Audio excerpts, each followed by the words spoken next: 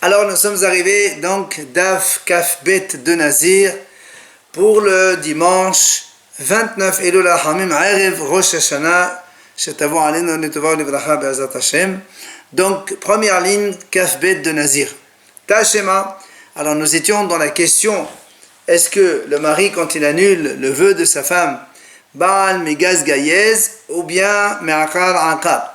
Ça veut dire, est-ce que quand le mari annule le vœu de sa femme, est-ce qu'il l'annule donc depuis le début rétroactivement, ou bien il annule au moment où il entend que sa femme elle a fait ce vœu, donc c'est à partir de ce moment-là où il est annulé.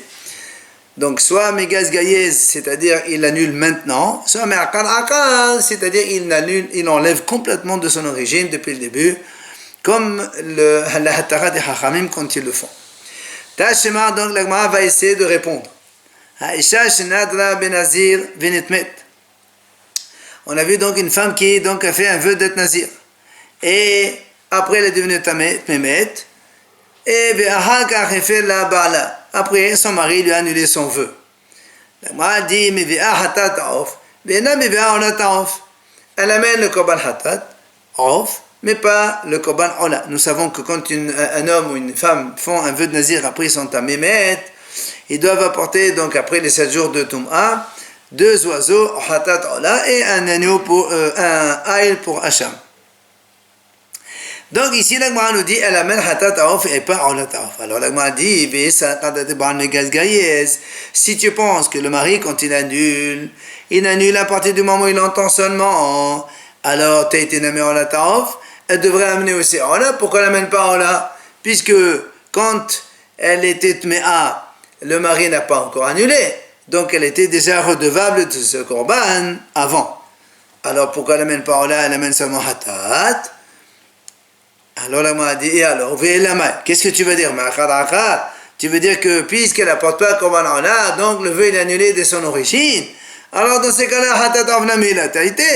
Dans ces cas-là, même le Korban Hatat non plus, elle n'a pas besoin d'amener. Pourquoi elle amène Korban Hatat si le vœu il est annulé depuis son origine? Après, quand elle devient tamée, en fait, elle n'était même pas Nazir. Donc elle n'a pas de Korban à amener. Pourquoi elle amène Korban Hatat? Alors l'Agman répond, effectivement, Hachinami, tu as raison. Il ne faut pas qu'elle apporte un Korban Hatat. Il ne fallait pas. Maintenant, pourquoi la Braïta dit là-bas qu'elle amène? Parce qu'ici, l'auteur, c'est Rabbi Elazar HaKappa. Qu'est-ce qu'il a dit? Détania. Rabbi Elazar HaKappa Omer, Matan Moduma Me'ashel Hata ala Nafesh. Pourquoi la Torah, à propos du Nazir, elle dit Me'ashel Hata ala Nafesh, il a fauté. Vechi be'ezo Nefesh Hata, quelle faute il a fait ce monsieur qui l'a fait Nazir? Ella me pene sheser azmo men hayya, yennak lachote. Comme il s'est privé de ne pas boire du vin, donc il se fait s'ouvrir, alors ça c'est un péché pour le Rabbi Elazar HaKappa, et à cause de ça il apporte un Korban Hatat. Balo devarim kal vachomer. La Gemara dit ça c'est devarim kal vachomer. On peut faire un raisonnement a fortiori. Umazeh shelo serasmo ela men hayayen neklachote. Hamesarasmo mekol davar lalahat kama vechama. Si déjà celui-là il n'a fait donc que se priver que de vin seulement, et donc il a la Torah, enfin son Rabbi Elazar HaKappa, il s'appelle Hoté. Si quelqu'un alors, si quelqu'un par exemple il se fait des jeûnes, il se prive de tout, a fortiori qu'on appelle aussi fauteur. Donc tu n'as pas de preuve à notre question, est-ce que le mari est Baal Megaz Gayez ou Me'akar Akar? C'est pour ça que la Gemara termine Tashema. On amène une braïta d'Etania Bahadia. C'est marqué clairement. Qu'est-ce qui est marqué? Aisha Shenadra Benazir. Une femme, elle a fait le vœu d'être Nazir. Veshama Haverta. Sa copine, elle a entendu. Elle a dit moi aussi. Donc, une femme et son amie. Uva Ba'aleha Shon avait fait là. Maintenant, il est venu le mari de la première. Il a fait Hafara, donc il a annulé à sa femme. La Braïta dit, elle, donc la femme à qui son mari est annulé, la première, elle est annulée, et l'autre, par contre, elle reste interdite. Alors évidemment, là, la Gemara déduit, il est évident que dans ce cas-là, on déduit que le mari, il annule à partir donc d'un temps X. Mais pas, il enlève complètement le vœu de son origine, parce que si il avait enlevé le vœu de son origine, l'autre aussi, la copine, devrait être annulée. Mais comme la Braïta a dit que non, la copine, elle doit aller à Surah Nazir, ça veut dire qu'en fait, la femme, quand son mari lui annule, c'est à partir de ce moment où il a entendu qu'elle a fait ce vœu-là, et donc ça s'appelle Megaz Gayes. Il vient quand même Rabbi Shimon mettre une nuance là-dessus. Rabbi Shimon Omer, Im amra la hareni kemoter, shetehen mutarot. Si maintenant, la femme, au lieu de dire va ani, au lieu de dire moi aussi, elle a dit je suis comme toi, alors là, dans ces cas-là, si le mari l'annule à la première, la deuxième, elle est aussi annulée, puisqu'elle a dit je suis comme toi, comme tu es toi, moi également. Si tu es permise, moi aussi je suis permise, et donc c'est différent par rapport à Va'ani. Morzotra balé de la Mané Amar, il vient à Morzotra, il nous dit ce qu'on vient de voir maintenant, la question à propos, quand le mari fait annulation du vœu à sa femme, est-ce qu'il annule depuis le début ou bien à partir du moment où il a entendu, c'est la même question qu'on a vu Rami Barhama il a posée. Laquelle? Rami Barhama. Il dit, Rami Barhama il pose une question. Nous savons que quand un homme il a la viande de shlamim, il apporte un sacrifice shlamim. Tant que la viande elle est shlamim, c'est-à-dire on n'a pas encore fait l'aspersion du sang, la viande elle est interdite à consommer. Ce n'est qu'à partir du moment où l'animal est sacrifié entièrement, c'est-à-dire que le Kohen il a aspergé le sang de l'animal sur le Mizbeach, alors maintenant l'animal il devient permis à la consommation aux Kohanim et aux propriétaires. Dit Rami Barhama, si un homme il avait un morceau de viande et à côté un morceau de viande, il a dit que ce morceau de viande ne soit pour moi comme la viande de shlamim. Mao, qu'est-ce que c'est? La Gemara a dit quand Rami Barhama a posé la question, dit quand un homme il a fait la viande, cette viande c'est comme un korban shlamim. Est-ce que quand il dit ça, ça veut dire c'est depuis le début du korban et donc c'est assour, ou bien betsenana, c'est-à-dire après à la fin où la viande elle est déjà permise, que ce monsieur a dit que cette viande elle soit comme cette viande et donc il est permis de la manger. Donc c'est un peu le même style de question. Est-ce que c'est depuis le début ou c'est après la fin? Bien la Gemara dit, mais comment tu peux comparer? Ça n'a rien à voir. Pourquoi? Hatam, dans la question de Rami Barhama, quand il a dit cette viande elle est comme la viande de shlamim, même si tu dis qu'on a déjà fait l'aspersion, tu vois bien qu'il y a aussi notre restriction, il ne peut pas le manger n'importe où en Israël, il peut le manger seulement qu'à Yerushalayim. Donc, tu ne peux pas dire que c'est comparable avec nous. Mais dans notre cas, nous, si tu dis que le Betsenana vers la fin, que la femme elle attrape le vœu, son mari lui a annulé, et donc il n'y a plus de vœu sur la deuxième aussi. En fait, on montre que ce n'est pas du tout le même cas. D'un côté, il y a une interdiction qui reste. C'est pour ça que tu vas dire, est-ce que c'est au début aussi à la fin? Mais chez nous, si le mari l'a annulé à la fin, il n'est pas du tout interdit. Alors, ce n'est pas comparable. Malgré tout, il y a une autre version qui dit, Hainu de Rami Barhama Vadai. Il y a une version qui dit, en vérité, c'est la même chose.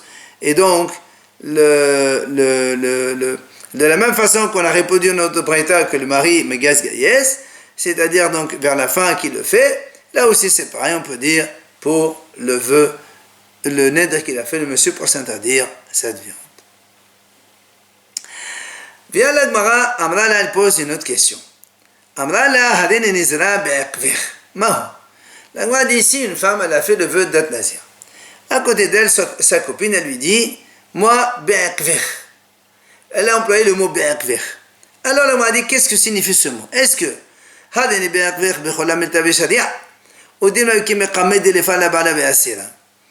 Est-ce que quand sa femme a dit be'akvir, ça veut dire be'akvir dans tout be'cholam el-tabi? C'est-à-dire, je suis comme toi entièrement. Et auquel cas, lorsque cette femme-là, son mari lui annule, et bien l'autre aussi elle est annulée. Et elle est permise. Au demain, ou bien tu dis non. Be'akver, quand on dit be'akver, ça veut dire à travers toi, je suis aussi donc un Nézira, ce qui fait que si ton mari, le mari il annule à elle, l'autre, elle n'a rien à voir, elle reste interdite. Donc c'est comment on interprète le mot be'akver. La Gemara pose une question. Tashema, on amène ici donc une possibilité de réponse. La femme qui a fait un vœu. Son mari, il entend et il dit moi aussi. On a dit dans la Mishnah, Eno yachol lehafer. Le mari ne peut pas annuler le vœu de sa femme. Pourquoi? Parce que quand il a dit et moi aussi, ça veut dire qu'il fait dépendre son vœu d'azir par rapport à celui de sa femme. Donc il a confirmé celui de sa femme. Du coup, il ne peut plus lui maintenant faire annulation. Viens, la Gemara raisonne.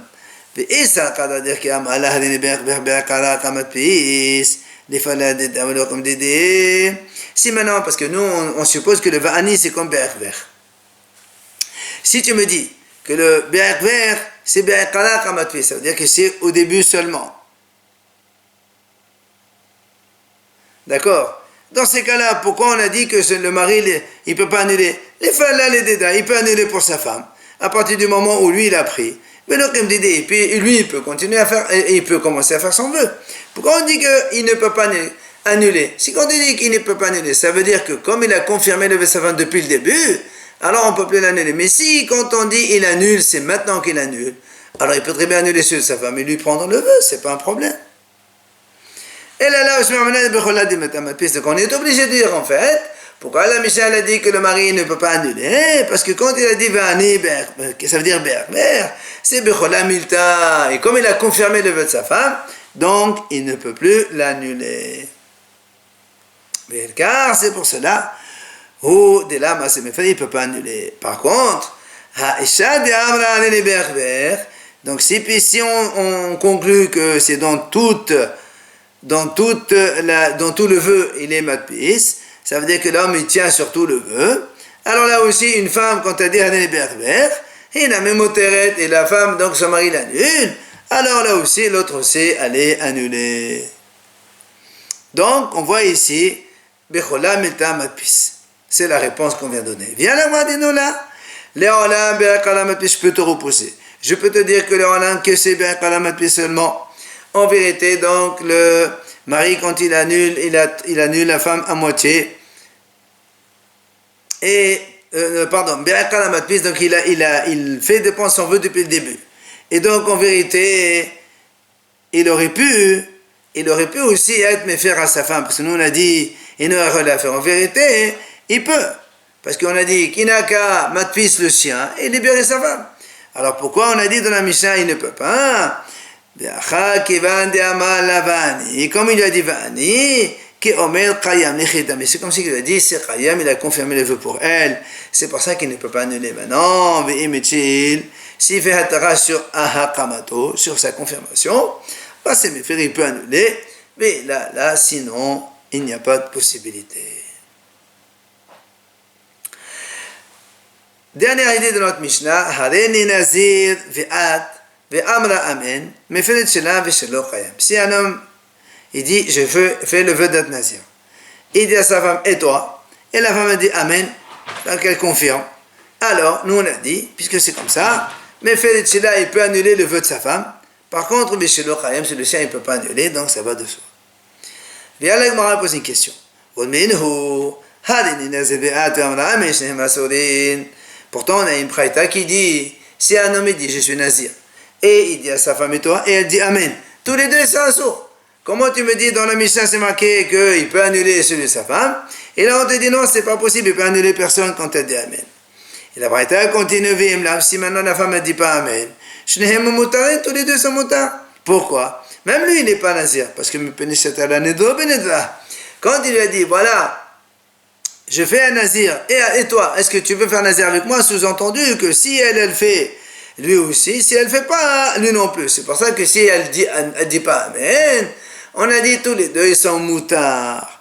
Quoi qu'il en soit, on voit ici que si elle dit Amen, tous les deux sont assourds. Alors quand dans notre Mishnah, nous on a dit que lui, il peut annuler le vœu de sa femme. Question. Amar Rav Yehuda Teni Mefet Shelav Shelo Chayam. Viens, Rabbi a répondu, c'est pas un problème, t'as qu'à corriger la Braïta. Dans la Braïta, tu marques, et il annule le sien, celui de sa femme, et le sien, donc celui du monsieur, il reste confirmé. Abaye Amar, eh bien, il dit non, pas du tout, tu peux très bien laisser la Braïta telle qu'elle est, dans laquelle il y a marqué les deux, ils sont interdits. Et pourquoi il y a contradiction avec la Mishnah? Il n'y a plus de contradiction. Comment? Voilà comment on explique. Avec le thème que Tratani, comme on a dit, Braïta, qui rendait Amal Halini Nazir Ve'at, de Katalin Dubin. Dans la Braïta, comme on a dit maintenant, il lui a dit à la femme, je suis Nazir et toi, est-ce que tu voudrais être Nazir? Sous-entendu que si tu es Nazir, toi aussi, moi aussi je suis Nazir. Et donc il a fait dépendre son Nazir à lui avec celui de sa femme. Il a dit, et toi tu veux être Nazir? Et donc si toi tu es Nazir, moi aussi. C'est pour ça que quand elle dit oui, comme elle a fait, lui il a fait dépendre son vœu avec elle, dans la Braïta on a dit les deux sont assourds. Par contre, au Matnitin, qui rend des amal à Nazir, la Mishnah elle parle dans le cas où le monsieur il a dit voilà, moi je fais Nazir. Et toi qu'est-ce que tu veux? Tu veux être Nazir ou tu ne veux pas? C'est indépendant de lui. C'est pour ça que maintenant, puisque le vœu de sa femme est indépendant du sien, alors si la femme a dit Amen, il peut lui annuler, et évidemment le sien, il est confirmé. Maintenant, une nouvelle Mishnah. Aisha shenadra benazir, ve'ayta shota bayayin umtamme'a lemetim, harizé sefek de ta'ad ba'im. Ça, on a déjà vu donc il y a 2 jours. Si une femme elle a fait un nazir et elle mangeait, elle buvait du vin et elle se rendait un peu pour les morts, évidemment, puisqu'elle est en train de transgresser donc l'eau de ne pas boire du vin et de ne pas s'en impur, elle prend Sofek d'Abraham, 39 coups, c'est le malkout. Maintenant, la Mishnah a dit, si maintenant son mari l'a entendu, et il lui a annulé, mais Vehi lo yada, elle ne sait pas que son mari lui a annulé. Lo yada, elle ne sait pas que son mari lui a annulé. Dans ce cas-là, évidemment, il n'y a pas lieu qu'elle prenne 39 coups, puisque même si elle a bu, et le vœu était déjà annulé, donc il n'y a pas de problème. Par contre, Rabbi Yehuda rajoute, il dit dans la Mishnah, d'accord, je suis d'accord qu'elle ne prend pas le malkout 39 coups parce qu'elle n'a pas transgressé un commandement de la Torah, mais par contre, elle prendra des coups parce qu'elle a transgressé les hachamim. Hachamim, il lui donne un petit peu une leçon pour ne pas continuer à enfreindre selon son intention. Voilà. C'est marqué dans le passouk de la parashat Matot à propos des vœux, son mari il annule et Hachem lui pardonne. Alors évidemment la question que pose Rachid là-bas, si le mari il annule, pourquoi elle a besoin de pardon? Il n'y a pas besoin. Alors il dit, ici on parle de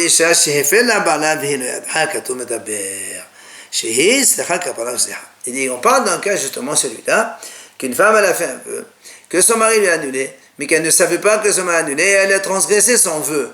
C'est pour ça qu'on dit, elle a besoin d'un pardon, parce que malgré tout, selon elle, elle est en train de transgresser son vœu. Bien que son mari lui a annulé, comme elle ne le savait pas, elle a besoin d'un pardon divin. Et la Gemara raconte, quand Rabbi Akiva il lisait ce passouk qui pleurait. Pourquoi? Il disait, Ouma, si déjà, Mishinit kaben la'alot bi'adu besar hazir, ve'ala bi'adu besar talet, ta'am kapana usiha. Hamid kaben la'alot bi'adu besar hazir, ve'ala bi'adu besar hazir, had kama bechama. Parce que là, Rabbi Akiva dit comme ça, si déjà, comme dans notre cas, elle pensait manger quelque chose de faire un péché, et finalement, au final, elle n'a pas fait de péché, parce que le mari, il a déjà son vœu. Et pourtant, tu m'as dit, elle a besoin d'un pardon.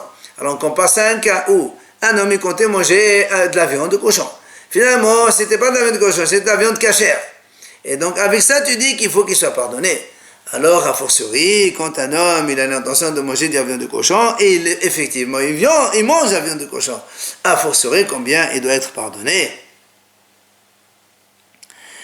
C'est dans le même style, la Gemara dit, le passouk qui dit, il dit quelqu'un qui ne sait pas s'il a fauté ou non, il est hayav Hashem taloui. et la Torah dit, il a un péché. De quoi on parle là-bas? Uma. Mishin kaven anot biadu besat ale. ועלה בידו בשר חזיר, כגון חתיכה, ספק של שומן, ספק של חלב. Il dit, imagine un homme, il avait un morceau de viande. Il ne savait pas si c'était de la viande cachère ou de la viande de cochon. Et il a mangé. Et on a dit que tant qu'il ne sait pas, il a porté Hashem Tadou. Amalkra, sur ce cas-là où il ne savait pas, Benassa Avono, il a un péché. Alors, Mishin Kabel, Alot Biadou Bessar Hazir, alors si quelqu'un il avait l'intention de manger carrément un morceau de viande de cochon et il mange donc cette viande de cochon, a fortiori combien il a besoin d'être pardonné. Enfin le troisième cas, ici Ben Yehuda Omer, ce passage là il se rapporte sur un autre fait. Uma, Mishin Kabel Alot Biadou Bessat, allez vers la Biadou Bessar Hazir. כגון שתי חתיכות, אחת של חלב ואחת של שומן. ונעשה עוונו, המתכוון לענות בידו בשר הזה או בידו בשר הזה לאחת כמה וכמה, דבר זה ידעו הדויים. Il dit, donc là on parle d'un troisième cas. C'est quand quelqu'un il a deux morceaux de viande. Un morceau de viande cachère, un morceau de viande tarif, donc de hazir. Et lui il a mangé, il ne se rappelle plus lequel. Et donc la Torah sur ce, elle dit, il ne savait pas. Mais pourtant ונעשה עוונו. Alors a fortiori celui qui mange, il a l'intention de manger un morceau de viande de cochon, et effectivement à la fin il mange la viande de cochon, a fortiori combien il doit être pardonné. À débattre sur cela, comme on a dit, tous ceux qui ont de quoi pleurer, eh ben ils vont pleurer, c'est-à-dire ça va faire mal au cœur. Bien sûr, la Gemara va nous expliquer pourquoi on a eu besoin de ces trois cas. On verra ça, les neder, à plus tard.